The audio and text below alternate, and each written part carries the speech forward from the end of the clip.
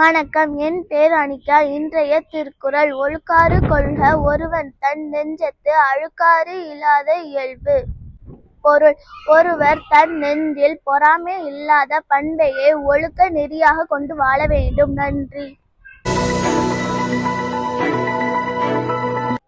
Hi everyone, I'm Raghavi. Today's news: seas are rising faster around Maldives and Lakshadweep, threatening low cost and coral reefs through bleaching, erosion, and warmer acidic waters. Thank you.